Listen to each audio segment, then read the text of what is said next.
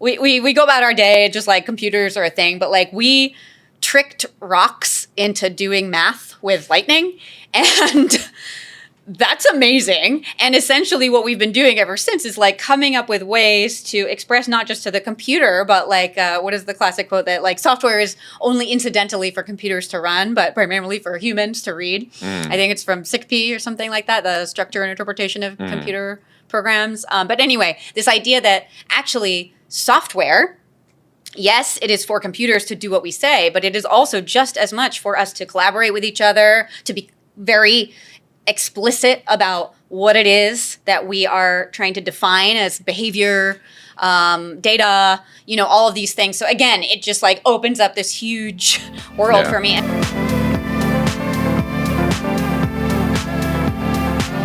Hello, everybody. Welcome to the 10th episode of the Frontend Masters Podcast. Hi, I'm Marc, CEO of Frontend Masters, and today we have Anjana Vakil. She is a really interesting person to talk to. We talk about her journey from being a philosophy major, dovetailing that into an English teacher, and how that applied to her journey and to linguistics and computer science and her journey to functional programming. It's a really fun conversation, and I hope you enjoy it. Anjana, welcome to the podcast. Hello. I'm so happy to be here. This is very fun to be podcasting with y'all. So yeah, thanks for having me. For sure. And so we're going to start out with some warm-up questions. And the first one I have for you is, are there any special skills that you have that people might not know about? Special skills that I have that people might not know about. Well, I apparently have a lifetime good memory of pop-up video facts from the 90s VH1 television Can you give us show. A fact? For example, that in the video for Lisa Loeb's Stay, which I hope, everyone else gets stuck in their head randomly as often as I do, there is a cat in the video, and that cat belongs to the director of the video. And that's something that for some reason I have an easier time remembering than things that I use every day as a developer. So yeah, I do remember watching those pop-up videos. Maybe in Frontend Masters we could have like a pop-up random facts come up. That would be fun. Yeah, pop-up software and just have the pop-ups also be part of the whole thing. But no, I did enjoy pop-up video back in the day. And I don't know, random skills. Let's see. I can knit. So, but lots of programmers are really into knitting, I think, because of it's basically just binary code. So. For sure. So what's something that you've knitted? I have a little neck warmer that has been keeping me warm in Minneapolis. Yeah, it's a perfect place to use it. For sure. All right. What is a tiny home, and why are you so interested in them? Yeah. Okay. Good question. So tiny homes, if people haven't seen the craze sweeping many parts of the world, I guess, are essentially anything from a tiny structure built on a trailer chassis that is maybe, 100 or some square feet up to something like a park model trailer, RV, mobile home type thing that is more like 400 square feet. So there are these kind of like small, what we think of as tiny in the U.S. residences, which I think a lot of places would just call homes.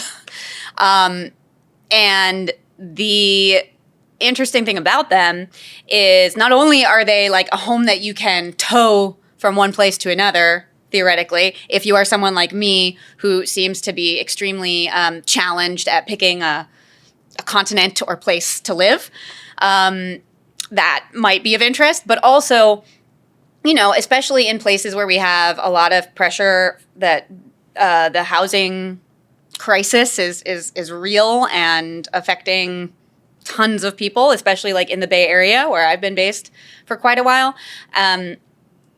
The traditional models of, the more elaborate costs and timelines and things like that to build a traditional stick-built house aren't necessarily housing enough people as quickly as need be. So I'm interested right now in kind of exploring like what these more nimble, smaller dwellings might be able to bring to especially kind of sort of dense places like the Bay Area where people need a lot of housing and where we can, find ways to be happy without big places to live in and then, have to clean and things like that. But perhaps the fact that I've lived in very small apartments most of my life is not unrelated to the fact that I think that sounds like a cool thing to explore.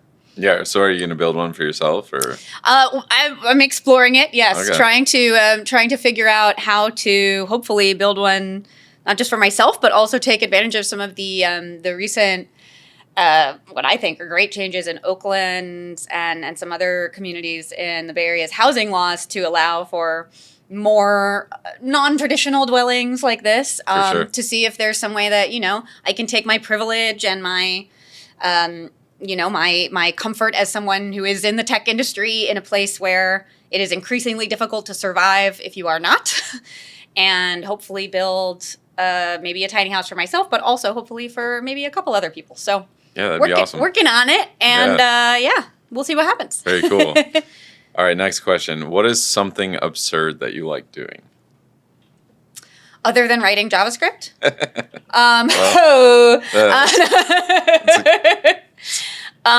Let's see. Something absurd that I like doing. Mm-hmm. I think I really like... I don't know if I like doing it so much as I just do it and it just feels right in the moment, is revenge bedtime procrastination. Oh, yeah. If you've encountered this, yes. Very familiar with this. Yeah, I am a big revenge bedtime procrastinator. Yeah. And so if folks haven't heard of that term, it is the idea that sometimes even though you know that if you stay up past your bedtime, you're going to have a worse day the next day. Mm-hmm. Sometimes, I don't know, there's just been too much going on in the day. You haven't had a moment to yourself. You haven't had any downtime. You haven't had a chance when maybe the house is quiet and you can just do whatever. And so you take revenge on your busy day by staying up way too late. And it is pretty absurd. It's completely irrational, and I even know that as it's happening. And yet there's just something. Yeah, it's going to just compile things, make it worse in the future, but yet you still do it. Vicious circle, but I don't know. There's just something. I love those late night. I've always been a night owl, but I love those quiet, early single-digit hour. Nobody's texting you. Nobody's calling. Exactly. There's no meetings. It's just it's just you and whatever you want to be doing. Yeah, everything is quiet. No one's out and about. No cars are honking. Yeah. Maybe, depending where you live. Some people enjoy waking up at 5:30 in the morning because they get that, but it sounds like you and me are the type of people to stay up late instead of doing something like that. Indeed. Yeah. All right, so what are some of your early memories of coding? Some of my earliest memories of coding. Okay, so I am not one of those people that was coding out of the womb or what have you. I wouldn't have said that I was a coder or what have you until I was 30, basically, is when I sort of really started when I got into the industry. I had some dalliances with things like tweaking the CSS on my Blogger template to write about whatever I was thinking about in high school. I don't even remember. So things like that a little bit. But actually, I think my earliest encounter with what I kind of later learned was basically programming was HyperCard. If anybody remembers HyperCard, it was this program on, I'm not sure which version of the very early Macs, but it was black and white, and it was kind of like it resembles the web in some way. So essentially you would make these sort of interactive decks of these cards that could link in two directions to each other, if I remember correctly, and you could make them, you could sort of script little behaviors and things like that.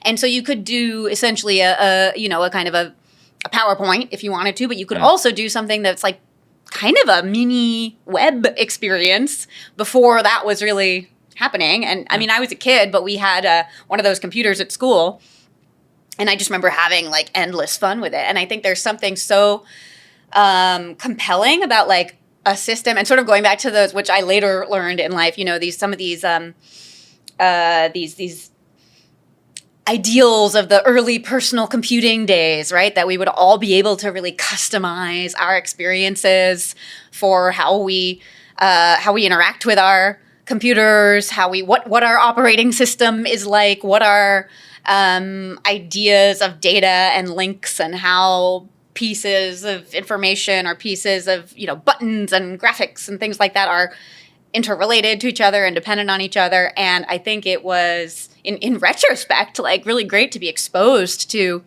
an environment like that where you can really kind of like create your own world. I don't know if these days like that is the Minecraft equivalent or something, but in any case, HyperCard was great. it like at the library or school, or like where exactly was it? At school we had one of these computers, and it was something that I'm not sure that all of the classes in my school had access to, but some of us do. I kind of remember being about like in maybe 5th grade or 4th grade or something like that, and was lucky to just happen to be in there. But interestingly, I didn't end up in, later in high school and things like that. There were computer science courses offered, but I really liked, STEM subjects and things like that. But for whatever reason, I didn't get super into software until later in life. I guess I was more, I was, taking chemistry electives and stuff like that, but I wasn't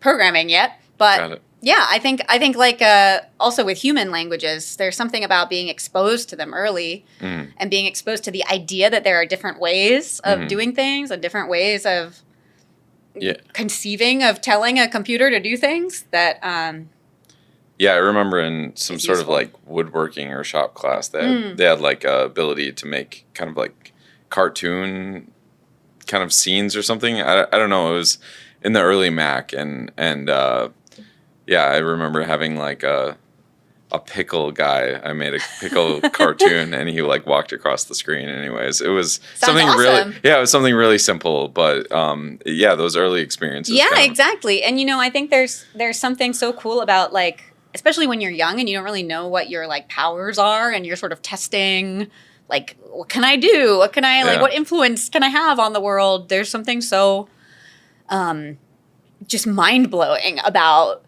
there having not been a pickle, and then you came in, and then there was a pickle, and it went where you told it to go. Yeah, and there's like one computer in the back of this room. Anyways, it is interesting how those memories kind of come back up. And like, so you grew up in San Francisco, right? So I actually, no, I grew up in upstate New York. Okay, gotcha. My parents met in San Francisco. Okay. In a bar. All right. Randomly. But then they moved to upstate New York before I was born, so. Okay. Yeah. It was also cold there. And so how did you go from there to, like, I think you went to school, was it Berkeley then? Yeah, exactly. Okay, gotcha. Okay. That's when I first went out. That's how you got there.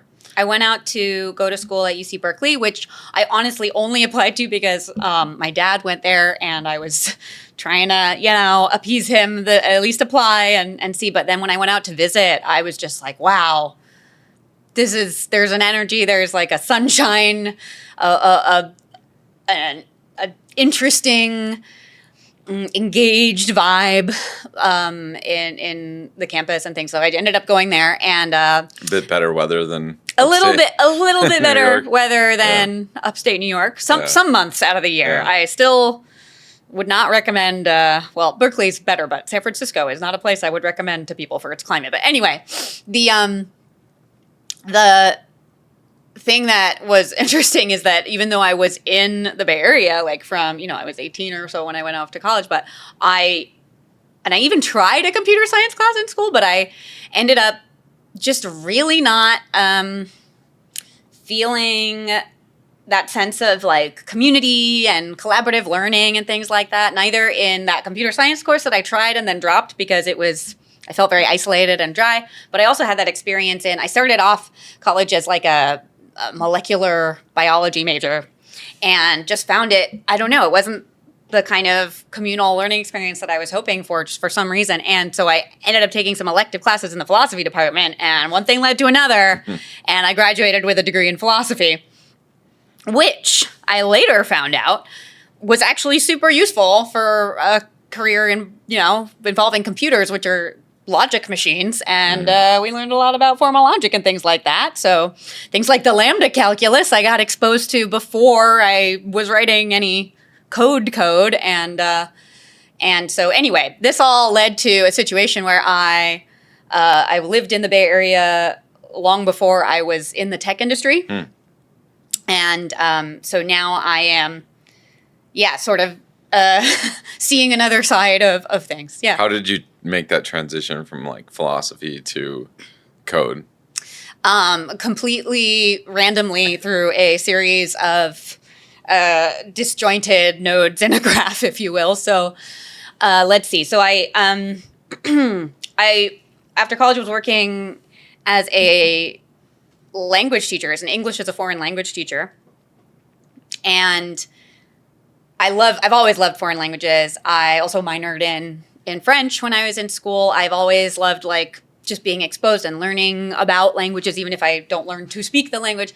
So I ended up getting really interested in linguistics as a science and as a field. And I found out that, meanwhile, I was also just curious about code. I think I found a Headfirst Python book at the library, or Headfirst Programming or something like that, one of that series, which I think I was back in upstate for a couple months between gainful employment or something, and I just picked up this book and started poking around with some Python. And so this combination of an interest in linguistics and starting to test the boundaries of my pickle powers in Python led me to discover that there is a field called computational linguistics, which combines the study of language and linguistics. By the way, I just have to say that I love the Head Start books. Oh yeah. Like I generally don't go through programming books, but I remember going through one of those like from front to back, and they just had all sorts of different like call outs, and like reminds me of the pop-up video type thing, because they would have like call outs and random facts like totally strewed through the book. It was great. Yeah, and I think drawings. Is that Kathy Sierra was, I think, involved in the development of that series, and has also a really great book about kind of, how important it is when you're trying to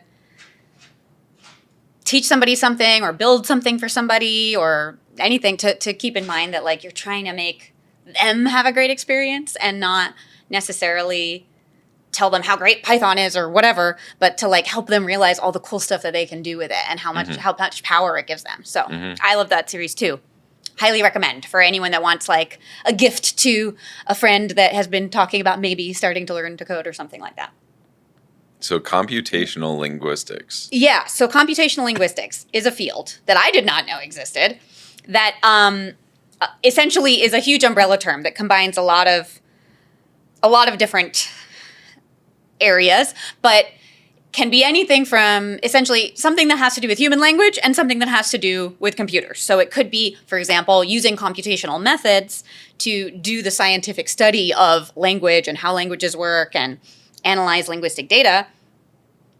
It can also be more applied things like, for example, making speech recognition work, or figuring out how to convincingly reproduce textual language, things like natural language processing, which, now we talk about as AI, although AI, is a much bigger term. Also, interestingly, something that I encountered through my philosophy degree at first, right? And all of the philosophical implications of artificial intelligence and what it means for us. So anyway, that's a whole other conversation, but what does it mean to be conscious? Oh, I mean, literally wrote term papers about it. Anyway, those big picture, like, what does it all mean things are definitely always something super fascinating to me. Anyway, so I found out that computational linguistics was a thing, and I got really excited about it. I got really interested in trying to build tools for language learners and language teachers like myself to help people move, and sort of move through the painful parts of their language learning journey a little bit more easily, and to help teachers kind of help folks out with more things like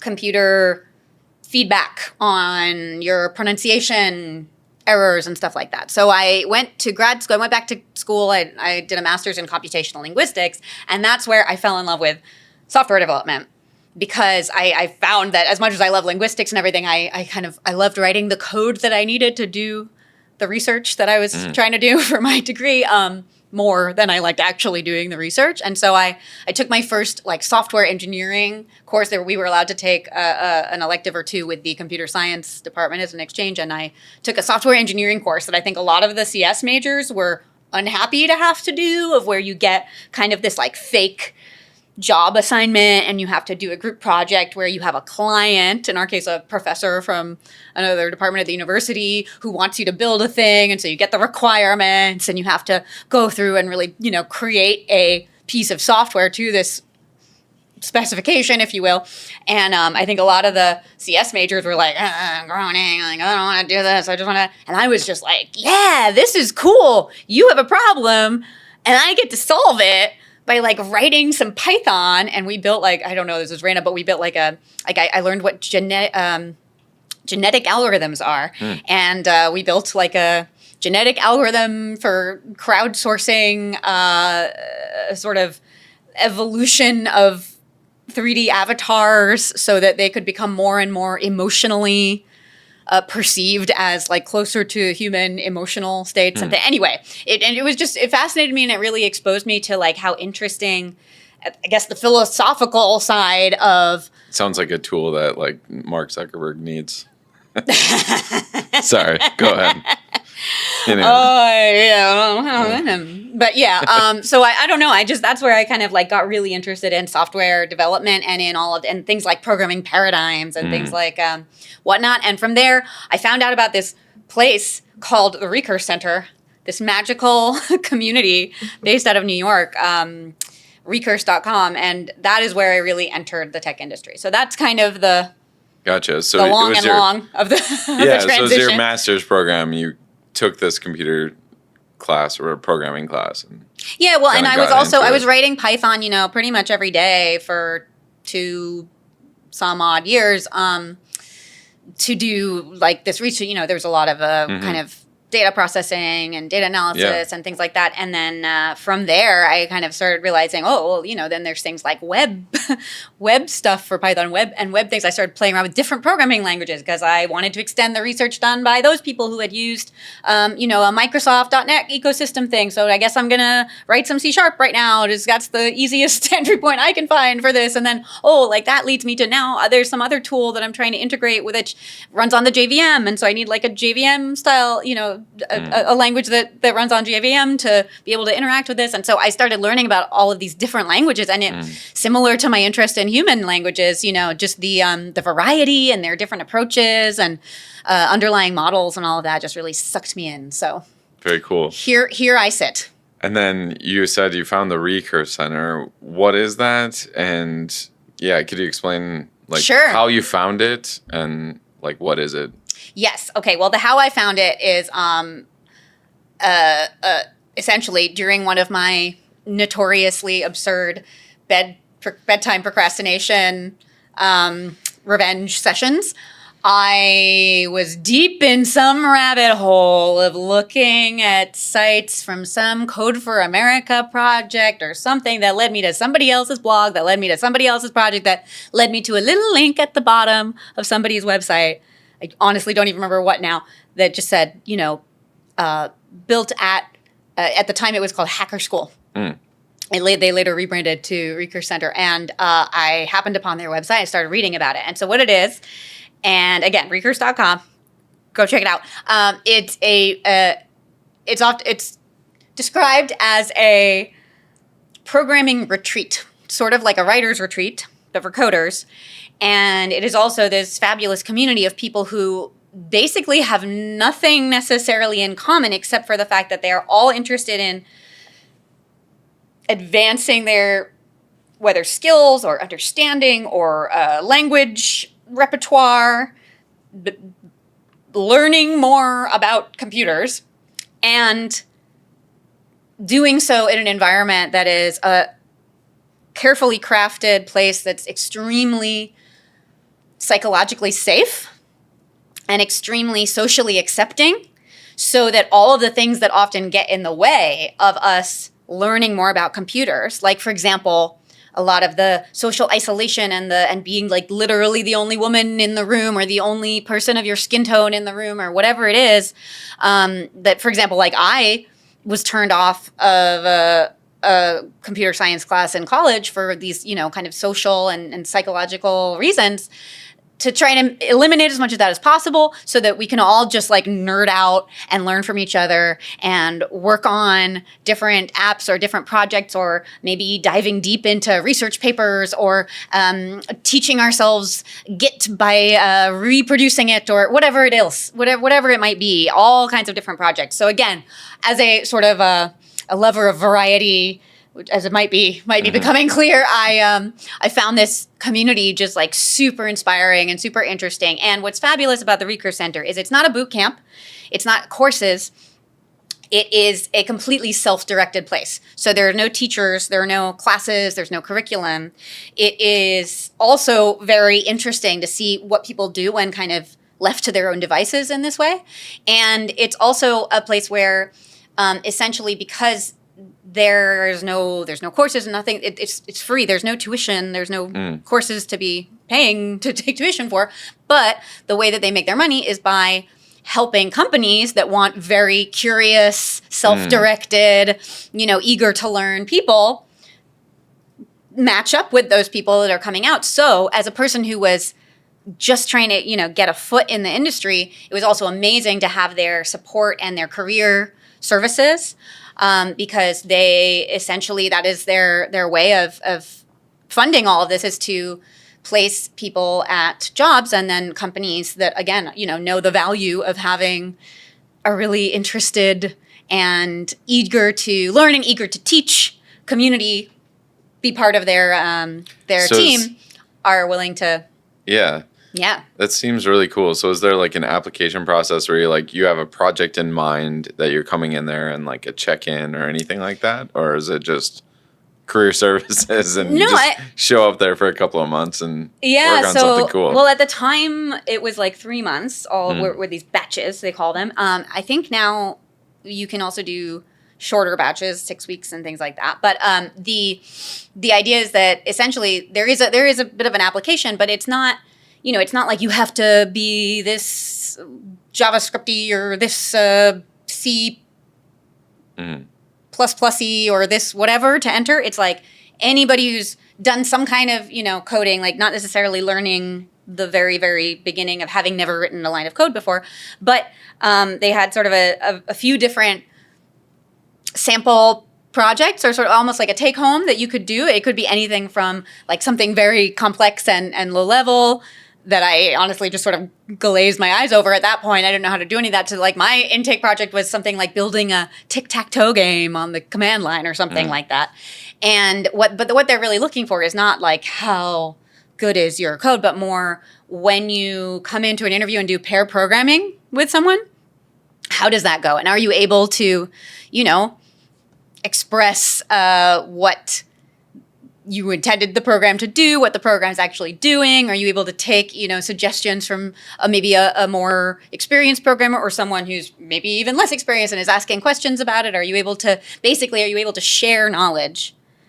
And I think that has sort of colored my experience with the tech industry ever since. Like this idea that there might be a place where we can all go nerd out about whatever technical or non-technical subject related to computers in some way is interesting to us, and not feel all of this social pressure of like, well, you're not a real programmer if you do whatever language that's not my language. None of that, and none of the pressure of like, people of that demographic don't know how to code. Like none of that nonsense that unfortunately I later learned is part of life in the computery world.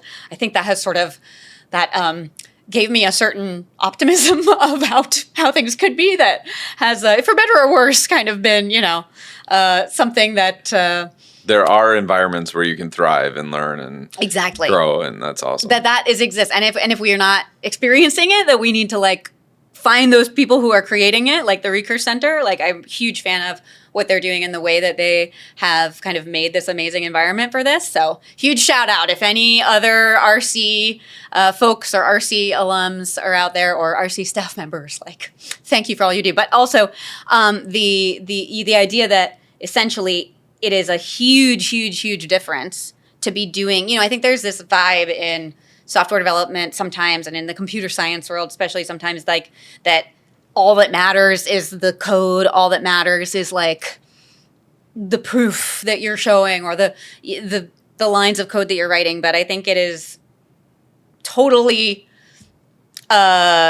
missing the point to avoid thinking about, like, the social context in which we do this work, and the social problems that exist in a world where we're trying to build products and tools and services to help people do stuff. Like, technology is, to build tools for people to do things, and trying to think that, like, we're all just sort of these analytical, we should be like these analytical machines that just, like, eat, sleep, and breathe code and whatever, and that there isn't a whole human world outside of that involves feelings and involves power dynamics and involves all kinds of other stuff. Like, I think it is so important to be aware that we're doing all this in a social context, and that if we have the right context, and if we have the right community, and we have the right psychological safety, we can all move so much faster and build so much better software than without that. So yeah, it reminds me of the whole concept of, like, the genius that's an asshole, that, like, yeah, they're really smart, but then they don't really work well with others and that kind of thing. And yeah, and I think I saw, like, a tweet the other day that made me laugh. It was like, pretty much all people want is that to know that you can learn something and that you can work well with others. And if you can do those two things, like, you're going to build a great network of people that, trust you. You're probably not going to have problems with employment, et cetera, et cetera. So, yeah. And unfortunately, there are also certain social dynamics at play that make it the case that some people get to be jerks at work and keep their jobs, and other people can't even point out a glaring problem or whatever without finding themselves, at risk. So unfortunately, it also, I think, that vibe of, like, that tolerating the asshole engineer or whatever because they're so smart and they're so fast at writing code, really has also a huge impact on, like, who is involved in writing the software that now has eaten, or is it still eating, the world. And I think it is up to us as the people that are in the community to make sure that it's not just the few people that manage to, by virtue of accidents of their birth, have the privilege to be jerks and still be perceived as, like, assets, and to make sure that everyone gets to have a say in this industry and discipline that is essentially going to be a big part of shaping the world, I mean. Absolutely. Yeah. Yeah, so I know, like, I first got, or you got on my radar because of, like, a talk on functional programming. Like, where did that love come from? You kind of talked about philosophy, and then you went to the Recurse Center. Like, where did you go from, like, the Recurse Center, and, like, how did you get interested in functional programming? At the Recurse Center. Okay, yeah. So when I entered the Recurse Center, I'd just been coding in essentially, like, an academic context of not really being exposed to a lot of, there were, a lot of other people around me writing code, but it wasn't really, like, people writing software for the sake of, like, writing better software. It was people writing software for the sake of spitting out the number that you need to put in your research paper, right? So things like that. Not to throw any shade on, like, that's a legit thing to write software for. But so when I got to the Recurse Center and I started getting exposed to, for example, when I was there, it was 2015, and a lot of people in my batch, in my group at the time, my cohort, if you will, were learning functional programming languages. Like, I think Elm was sort of new on the scene, and one of my friends there was doing that. Some other folks were in the Clojure, Lisp land. And so getting exposed to that and starting to hear from them like, well, this is why I think this is a cool thing. Some of these people, have decades of experience. Some people being like just maybe a step or two further in their journey than me, like everyone in between. And a lot of these people kind of revealing cool things about functional programming. Like, for example, that essentially you can have this one construct of a function. And again, this, I was like, oh yeah, the lambda calculus, this whole idea that you can essentially model whatever you need to with like this very simple building block. I guess it struck the chord with the philosophical whatever philosophy major in me. And I started realizing that there are programming paradigms and that there are multiple of them and that there's not just one way to write code. And before that, I had really been only kind of I had started to be a little bit polyglot. As I had said in grad school, I started getting exposed to some other languages and things. But when I really got exposed at the Recur Center to programming paradigms existing, I just loved it. And so I started trying to learn more about it. I started Did you learn talking Haskell? to people about it. I did not learn Haskell. Okay. You sound like a Haskell developer. Do I? Because, yeah, a little bit. All right. Yeah, all right. Okay. No shade to Haskell developers out there, but Haskell is one of those languages that unfortunately seems like a little bit gatekeepy, right? That's and again, exactly. It's it's more of a community thing. And I think there are some people in the Haskell community who are like doing working really hard to change that. But for example, like the Clojure community, I found to be extremely welcoming and so even though I wasn't like a professional Clojure developer and I had maybe only done like a couple of toy things in it, I got involved when in 2016 I was in Berlin again, having been in Germany after grad school. I got involved with a Clojure bridge group there that was essentially using Clojure to teach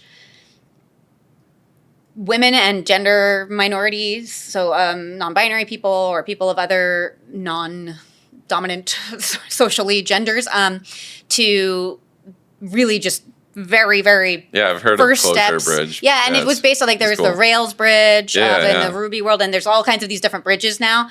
Anyway, so the Clojure community I sort of randomly fell into, but I'm still friends with the organizer, the former organizers of the Clojure Bridge groups there. And I even though I didn't have a lot of experience, they welcomed me as like a mentor and someone to just be there and be part of the community. And I think I found some people in the functional programming world that if I had just sort of randomly found it on the internet and didn't have humans to help me get involved in this, I probably might not have learned as much about, things like all of just the fascinating kind of underlying constraints and guarantees, but also challenges and like the interesting data structures and sort of underlying language implementations that people have come up with over the years to essentially implement this thing that, Alonzo Church, like in the 30s, was sort of started doing, and you use these very simple principles that work on paper, and we used to do exercises on paper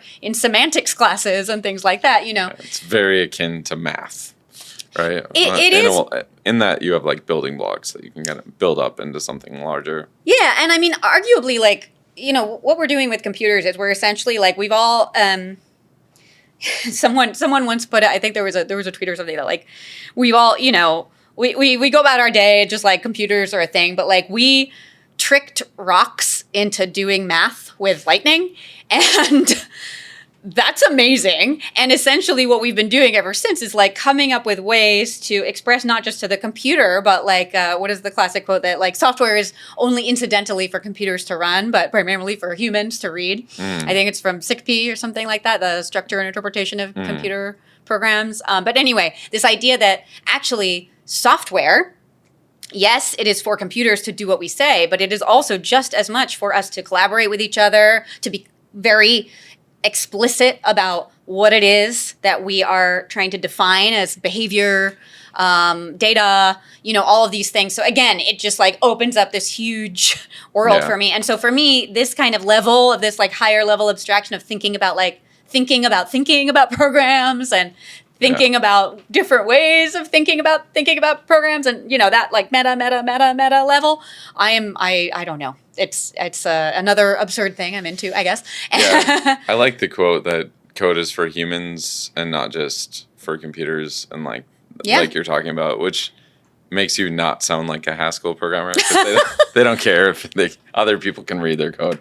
Well, Anyways, I mean, but that's just the no, I'm thing, just you know, kidding. like all of our languages, like even our human languages, are totally arbitrary series that's of true. like random noises I'm making with my mouth right now, and you're making other random noises, and somehow Somehow it's magically, communicating basically, ideas. we are able to like have similar things happen in our brains, and likewise, like I can run a thing on my Firefox, whatever version on my operating system, whatever it happens to be, and you can run something on your, I don't know, node environment on Linux on the cloud or whatever that like are doing sort of the same thing, and somehow we've, as a civilization, figured out how to like write this, I mean, code literally in the sense of like encoding some meaning in these random glyphs that we're like typing into this strange little bunch of like chiclets that we're like, it's kind of miraculous when you think about it, sort of as like an evolution of essentially written language.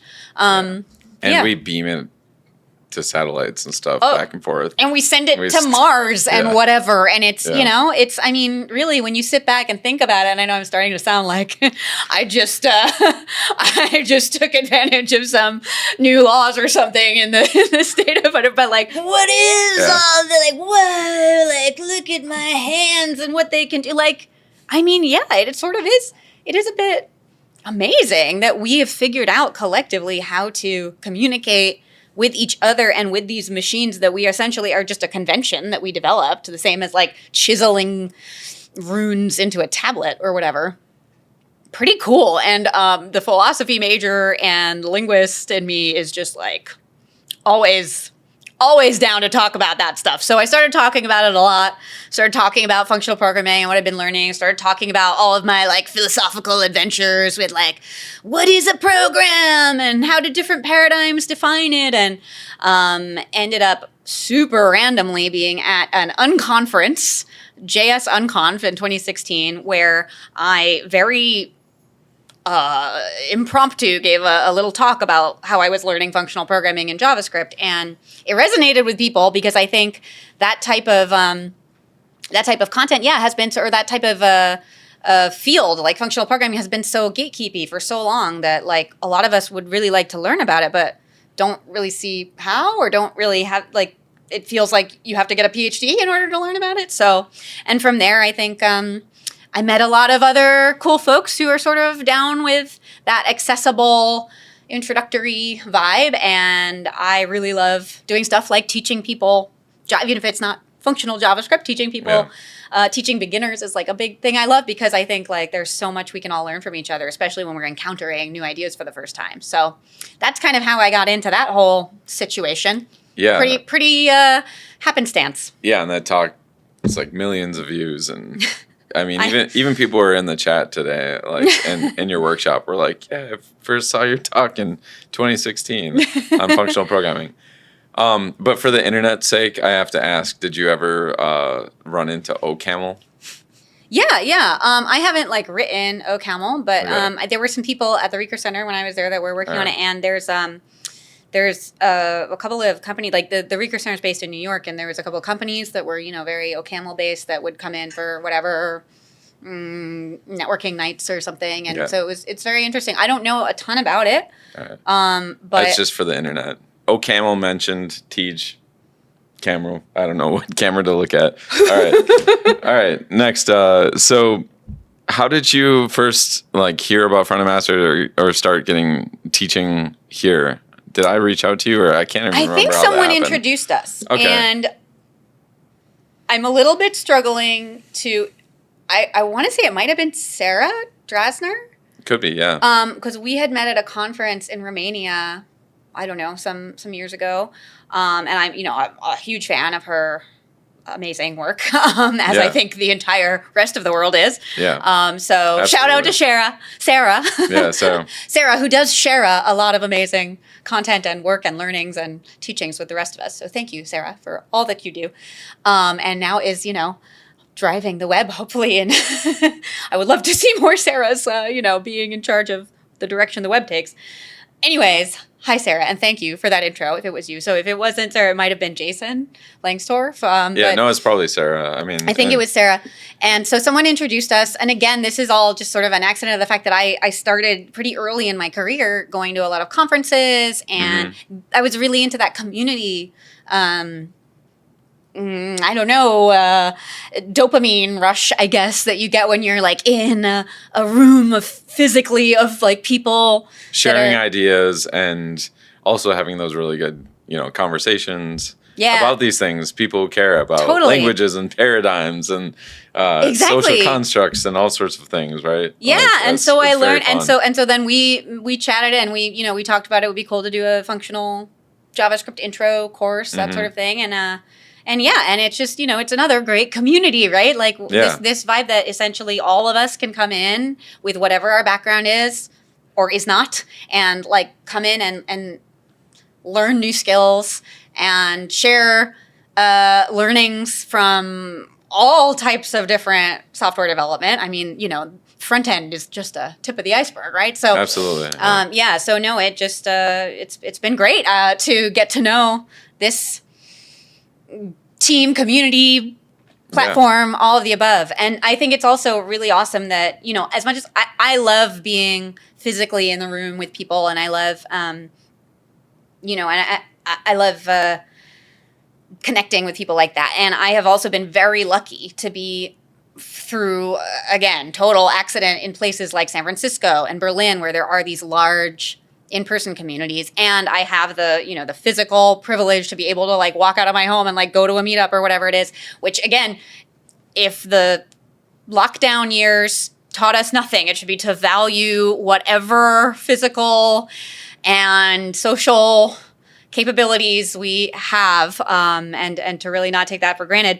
But I know that also a lot of people, don't have that privilege. A lot of people also don't feel comfortable in those settings. So I think it's really cool when we have things in this sort of format where, folks can watch it in bits and starts. Maybe not everybody is able to take 3 months out of their life and go nerd out with people in New York City or whatever and have that lucky. I was able to get a grant that they offered for living expenses and things like that, which is the only reason I was able to do that. Wow. New York is an expensive place to exist, right? So people who are maybe able to, from different places in the world, be able to tune in to essentially a conversation with all of these really experienced developers from all over the place and doing all of these cool things with different technologies and whatever. I think it's really awesome that there are communities like this that, even though I personally love the in-person vibes, like I think that it's fabulous to also be able to translate that in some sense to a digital world. Video course, yeah. Yeah. So the first steps to functional, I think we called it, and then first steps or JavaScript first steps to professional. And that course is just wildly popular and tons of great feedback. So it's awesome. So Yay. with that, like, do you have any advice for people that are interested in teaching? Interested in teaching? Yeah. Because conference talks too, Do right? it. Like you do it. Yeah. That's the advice. Just like whatever those thoughts are that are holding you back. Like for me, for example, if I hadn't started talking at conferences, which like I said, I had spent years standing in front of a classroom trying to explain to people the nonsense that is the English language, and all of the different things that have borrowed from different languages and whatever. So in terms of like standing up in front of a crowd and talking about some absurd construct that humans have decided is the way things work now, at least in the English-speaking world, like that sort of thing wasn't scary to me because I had been doing it for so long, which is another of my privileges coming into this industry, right? And I think that really helped me kind of have a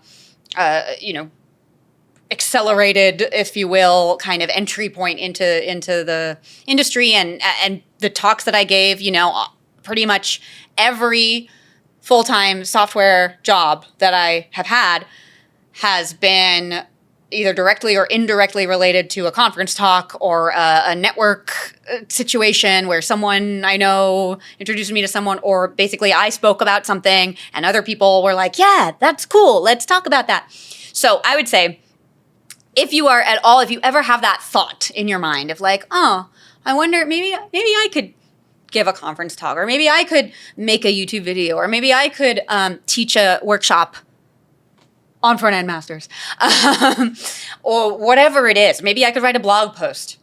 And if you have a little voice in your head that's like saying, oh, but like, why would anyone want to listen to me? Or I don't know if I like, that's something only like the Sarah Drasnas of the world. Like, no, like this is something that everyone has something to share. Everyone has something valuable, I think, that whether you're just starting out, like when I gave that functional programming JavaScript talk, I think I talk about it in the talk that I had been like writing JavaScript for 6 months or something. And I had learned that functional programming was a thing about, the same amount of time earlier or even less than. And still people found that it was useful, what I had to share. And so again, I think like, don't stand in your own way. And if you share what your personal experience of learning a thing, of wrapping your head around a new concept or an old concept that's new to you or whatever it is. Doesn't matter if it's the new hotness, some new framework or whatever, or if it is like, for example, I absolutely love this talk Philip Roberts gave, I can't remember which year at JSConf EU, called What the Heck is the Event Loop? Yeah, great talk. Amazing talk, super useful, something that I go back to over and over again. Not a new fancy JavaScript, like let me announce the reveal of this new runtime for JavaScript or anything, but like a super fabulous talk. And I love content like that where it's like, let's really understand what's going on here. That's amazing. Also, I figured out how to put these two tools together. Anything like that. Like whatever it is that you did, that you had that moment of like, aha. And if you can share that with someone else and help through the magic of human communication, like them also have the aha in their brain, that's gonna be fabulous. And it is definitely something that like literally anyone who is brave enough to be vulnerable and share that they were not born knowing everything about JavaScript or whatever. Literally everyone can share something valuable from their experience learning. So, and it's all a struggle, right? We're all just like trying to deal with this complexity that we've made for ourselves, this bed that we've made that we must now lie in. And so like, let's help each other out and let's not stand in each other's way by withholding the aha moments and the little joyful moments that we have experienced from other people. Yeah, and sometimes those like fresh eyes perspective are really the perspective that a lot of people need. Because Absolutely. It's like, even if you're a veteran programmer, it's like you've kind of lost that, right? And in some ways, it's like you've seen something for so long, but having somebody who's excited about it, who is taking a fresh look at it, and then sharing that, it's oftentimes like a reminder or a good refresher, to somebody who's more experienced, and it could be mind-blowing to somebody who's just a couple of weeks behind you. Totally. Right? Totally. Yeah. And yeah, that beginner's mind, that like the fresh eyes, as you say, and the asking. I know, and I feel this also all the time of thinking like, okay, well, I have a question that feels like it might be super like reveal how little I understand about this, and I'm afraid to ask it, but why are we doing this way again? Like those are actually the questions. For example, that's why I think it's really useful for like also in a professional context for teams to really have people at all different levels of their experience journey, of their backgrounds, like that diversity. And I think the web is amazing for this because we have people from so many different walks of life. It also means we have a very heterogeneous way to talk to each other through like many different language features that are maybe ported over from other languages that work differently and whatever. Yes, there's a whole bunch of complexity that also comes from it, but it's pretty amazing that we get to essentially in the web community, I think, enjoy something that perhaps is harder to find in certain other communities within the computery world of people coming in from all over the place, from like metaphorically all over the place and physically all over the place, and being able to check assumptions from people who have maybe been writing code this way for decades, or a company that's maybe been like using this one tool forever, but maybe someone else with 6 months of experience knows about some tool or paradigm or whatever that might actually be a better fit for the problem. So like keeping us all kind of honest that like we do get into these mental ruts and we do get into like the curse of expertise or whatever. And that beginner's mind is something really useful no matter what stage of our journey we're at, for us to like try to put ourselves in the shoes of. That's why I'm also a big fan of like, no matter how new you are to programming, of sharing your knowledge, whether it's by like, I don't know, teaching your roommate something you learned about like how to write a hello world in the browser console or something like that.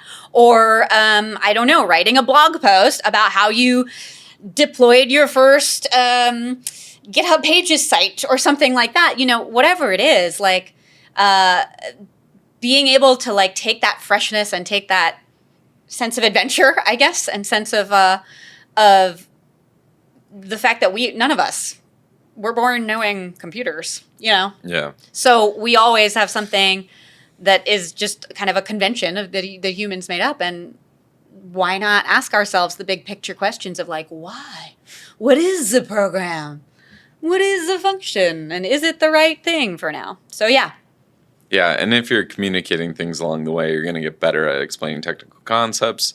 And if somebody sees a blog post or a video or something that you've made and that you can communicate, it's like I said, are you willing to learn and are you willing to like work together with others well? And I think that teaching really shows that you're willing to get outside of yourself and like work with others and explain concepts and talk with others and try to get better at it. Absolutely. Also. Yeah. I also have found that it is a fun hack for, I think a lot of us, myself included, like feel intimidated, especially when coming into a new industry, especially this one, right? Mm-hmm. That like, oh, like I know I need to like, find like I need to find a job, so I need to like do the thing that the other person expects of me. I need to fit into this box that like this other they're saying I have to do all this stuff to crack a coding interview, whatever. Which there's some truth to that, but also I found that by, for example, me getting on stage and being like, I found out this really weird thing about these double underscore methods in Python or whatever it was, or functional programming in JavaScript. And talking about the stuff that I was into and the like philosophical nerdery or whatever, the people that resonated with then came and found me. Mm-hmm. So it's like a hack. And so it's like, I really recommend it as like a hack for your career to, if you talk about what you're into or what you aspire to be into even, the people, it's sort of like if you shout it from the rooftops, like, some people will come, and you will be able to connect with the other people that are into that, or that are looking for people who are into that or want to learn that or what have you. So yeah, pretty good hack. One weird trick to accelerate your tech career. Mm-hmm. There you go. That's a blog post right there. So looking forward, do you have anything on your horizon, like career-wise or personal, that you're excited about? Yeah, so career-wise, I've kind of made a transition in the last year or two of going from full-time employment and benefits and healthcare to working freelance and working with kind of a variety of different education platforms and companies who, need some like extra hands on deck to explain things and test out new developer tools and stuff like that. So I have started that journey, and that is something I'm excited to continue doing because I found it, as you can tell, I tend to be a little bit of a, what's the bird that likes the shiny things? That one, magpie, I think. Yeah. So I am not one of those people that like specializes and stays. I'm very much a kind of generalist. I like to do a lot of things and be in a lot of places, literally and metaphorically. So I'm excited to keep seeing where that takes me and to keep finding new folks to collaborate with and to share knowledge with and to learn from. So that's a new adventure for me, and looking forward to it.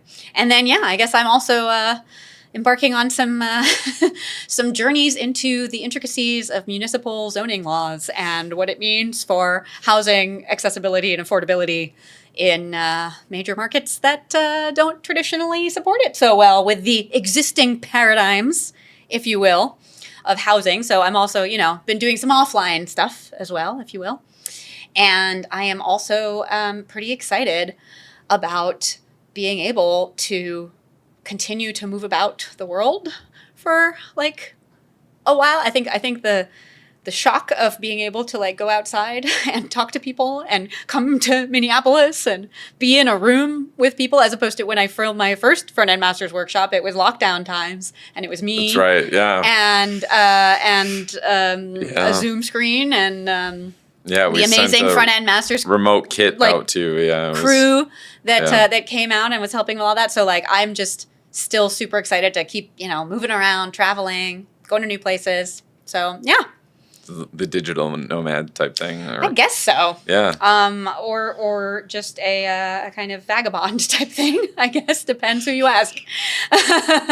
So on that note, do you have any like crazy like bucket list type things, like countries that you're really excited to go to, or like destinations that you just have to? I mean, I want to go everywhere. Okay. It's just like time and money and like physical, like the speed of light and stuff, like there's the limitations of all that. But let's see. Okay, so one thing that so I've been riding scooters, like Vespa type things for ever since I graduated college in the Bay and back, whatever. But this past year I got my first motorcycle. Ooh. Big kid motorcycle, and I am very excited to ride that around more and to sort of explore the California coast, which is where it's located now, but it's an Italian motorcycle. It's a Moto Guzzi, and their factory is on the shore of Lake Como in northern Italy. And bucket list item, I really want to do the drive from Berlin down to Mandello del Lario through over the Alps and everything on 2 wheels at some point. That would be incredible. I don't know if or when that's going to happen, but bucket list. It definitely has to Please happen. keep me honest, interwebs. All right. Well, and if anybody lives near there and wants to invite me. No. Sounds good. So motorcycling is something I'm looking forward to doing more of. And then, I mean, we've talked about it. We've hit on it with the podcast or over this conversation, but would you say that there's any like common themes that tie your career together thus far? Chaos? No. I think it's funny because, at the time when I was making any of these individual moves or decisions or, dropping out of sensible majors and taking ones that parents don't always approve of, that sort of thing, I didn't see any grand plan. But I think that in general, I look back and I sort of see like this thread of, again, human communication being kind of at the core of all of this, whether it's human natural language and trying to teach and learn each other's languages in this global and on this rock that we find ourselves on spinning through space. And then that extended into a world where like now we don't just speak like utterances of acoustic waves coming out of our mouths. We also write and we also type in weird, chiclet things that may or may not click or clack depending on your, mechanical keyboard preferences. But anyway, so I think that this idea that like this fascination with kind of the way that we have found to communicate and like really trying to look at it in a bigger picture of like, what are the overarching kind of mental models that are involved in that, and how do we help people merge mental models so that we can make sure that we're talking about the same thing and we're writing code that takes advantage of the same underlying idea of like what makes up the world, whether it's the world or the world of the program. What are those entities? What do they do? How do they behave? How do they interact? How do we interact as entities in that world that are also shaping that world? Like that kind of, again, very, very like perhaps out there sounding to some folks, idea of the higher level communication that is happening here under our noses or fingertips or whatever it may be, is something that I think like has never gotten old to me. So we'll see if it ever does. But that's what road trips are for. So Absolutely. Well, I think that's a great place to leave the podcast. So no, it's been great, and thanks for coming on. Thank you so much for having me and for the awesome conversation. And hope to be having more of these philosophical conversations with all of the community and you all on the team. And thank you so much for all the work that you're doing to help us all learn from each other. Absolutely. All right. Cheers. Hey there, before you go, don't forget we're new at this. So any feedback, whether it's a like or subscribe, we'll take those, or a comment about what you didn't like or what you'd like to see more of in the future. We'll definitely incorporate that into the next episodes. I'm really enjoying these conversations. So any type of feedback would be fantastic, and especially sharing it with your friends and colleagues. So really appreciate it. Thanks for listening. See you in the next one.